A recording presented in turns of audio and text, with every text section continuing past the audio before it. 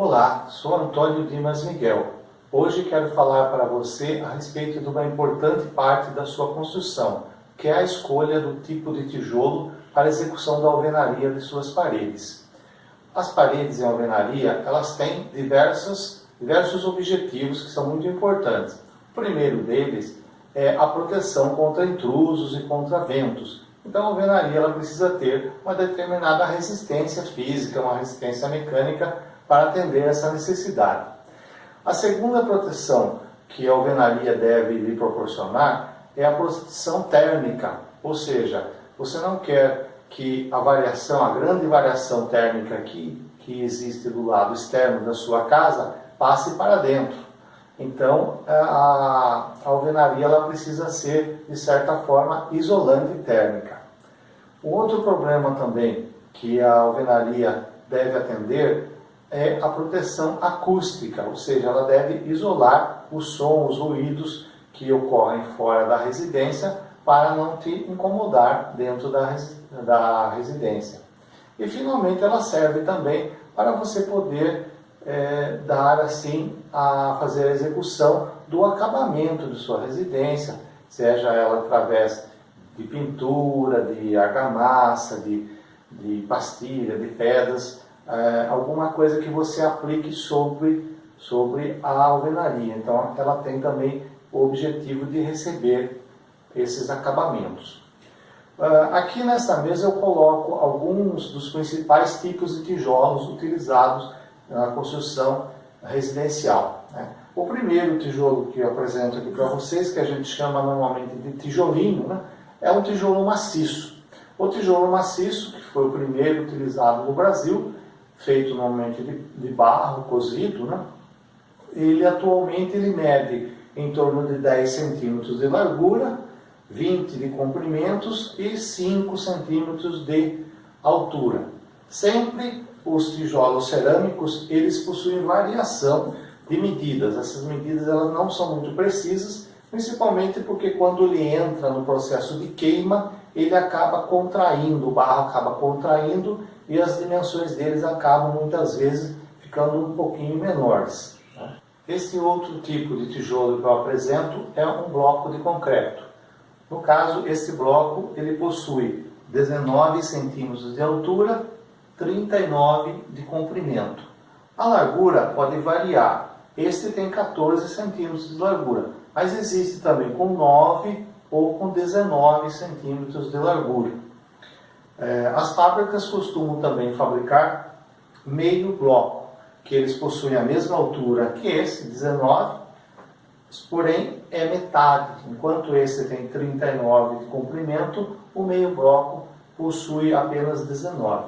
Com isso é possível você fazer a amarração no início e final da sua parede. Esse terceiro tijolo que eu apresento é o famoso tijolo baiano. Ele possui esses 8 furos arredondados, normalmente ele mede em torno de 9 centímetros de largura, 19 de altura e 19 de comprimento. E por último, nesse caso, eu estou apresentando esse bloco que a gente costuma chamar de bloquinho de 9 furos, e ele possui 14 centímetros nesse sentido, 12 centímetros de altura e o comprimento desse, no caso, é 24 centímetros. Bem, quais as vantagens e desvantagens de cada um dos tipos? Vamos começar pelo tijolinho. O tijolinho possibilita a construção de paredes maciças, que podem ser na largura dele de 10 centímetros, ou então assentado dessa forma com parede, que a gente chama de uma mão ou um tijolo, que ela fica com aproximadamente 20 centímetros fora o revestimento. Bom, sendo elas paredes maciças, elas têm uma série de vantagens com relação às paredes construídas com elementos vazados como esses. A primeira das vantagens da parede maciça é a sua resistência mecânica, ou seja, se você precisa furar, prender uma coisa com bucha, com chumbador, como um toldo, por exemplo, a parede é bem mais resistente. Também é mais difícil de alguém abrir um buraco e adentrar a sua residência através da alvenaria. Embora isso em comum, mas pode acontecer de alguém tentar entrar na sua residência através da alvenaria. Então, você tendo uma parede maciça, a dificuldade é muito maior. A segunda vantagem, que é muito importante, é o fato dela ser mais isolante térmica do que esses demais tipos de tijolos, né? Uma parede de alvenaria maciça, principalmente, se for de 20 centímetros de largura, ela demora muito para transmitir o calor e o frio de fora da residência para seu interior. Também em termos de acústica, a parede de tijolo maciço, ela isola melhor o som, os ruídos, tanto que vêm de fora da residência, quanto também entre os cômodos da residência. Então, realmente, a construção fica de uma qualidade muito boa utilizando o tijolinho. Mas quais são as desvantagens de sua utilização? A primeira desvantagem é que, pelo fato dele ser muito pequeno, ele acaba sendo mais moroso o seu assentamento, ou seja, demorando mais, acaba se tornando mais cara a mão de obra. Além disso, o fato de utilizar mais peças por metro quadrado do que os demais tipos de tijolos também acaba onerando no custo do material. Então, a parede de tijolo maciço normalmente ela sai quase que 2 vezes mais cara do que as paredes nesses outros tipos de tijolos. Além disso, se você tem construções com mais de um pavimento, tem também o problema do peso. A parede com o tijolo maciço acaba pesando mais, então muitas vezes exige que as vigas que vão suportar essas paredes sejam mais resistentes. Então você acaba gastando também um pouco mais nas estruturas de concreto para sustentar o segundo pavimento, né? A respeito do bloco de concreto, o bloco de concreto tem como principal vantagem o fato dele ser grande e com isso você consegue muita agilidade no assentamento, né? Inclusive, a utilização de argamassa dele é muito pequena porque ele precisa de poucas fiadas para você chegar na altura desejada. Com isso, o bloco acaba sendo muito utilizado, principalmente em construções de grande porte, como galpões, por exemplo, que se exige uma rapidez no assentamento. Mas mesmo em residências, ele está sendo bastante utilizado porque, em termos de resistência mecânica, atende bem às necessidades, né? Uma outra vantagem do bloco também é que você economiza em formas, ou seja, você não precisa gastar tanto com o carpinteiro. Além dos blocos convencionais, normalmente as fábricas produzem também blocos canaletas, né, que eles são em formato de U e que permite que você concrete vigas utilizando a própria canaleta. Então você não precisa fazer aquelas caixas de tábua quando você precisa fazer alguma cinta, por exemplo, ou mesmo algumas colunas, quando você pode colocar as ferragens no interior desses orifícios e concretar, formando colunas internas à parede, né? Então essa é uma grande vantagem também do bloco. A principal desvantagem do bloco de concreto é em termos de isolamento térmico. Por ele ser feito de concreto muito poroso, esse material ele permite a passagem da temperatura de fora para dentro. Então, se você tem uma variação, por exemplo, à noite muito fria e de dia muito quente, você vai sentir isso dentro do ambiente, porque ele isola muito pouco a temperatura, né? Em termos de isolamento acústico, também ele é inferior ao tijolinho maciço, tá? Quais as desvantagens dos tijolos cerâmicos vazados com relação ao tijolinho e ao bloco de concreto?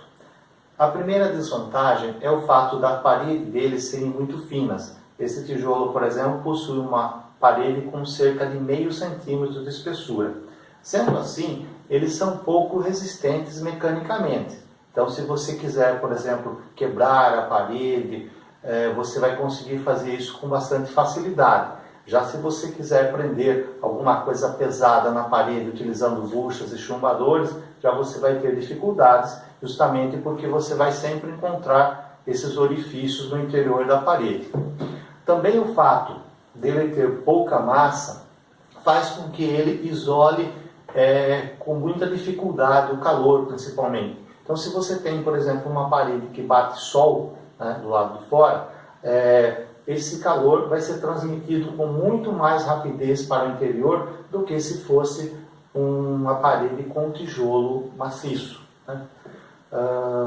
Também em termos de acústica, ele não é tão eficiente quanto o tijolo maciço. Mas fica aí a sua dica para uma utilização principalmente em locais que você não tem a necessidade de grande resistência mecânica e precisa de um elemento que seja rápido e leve para a sua execução.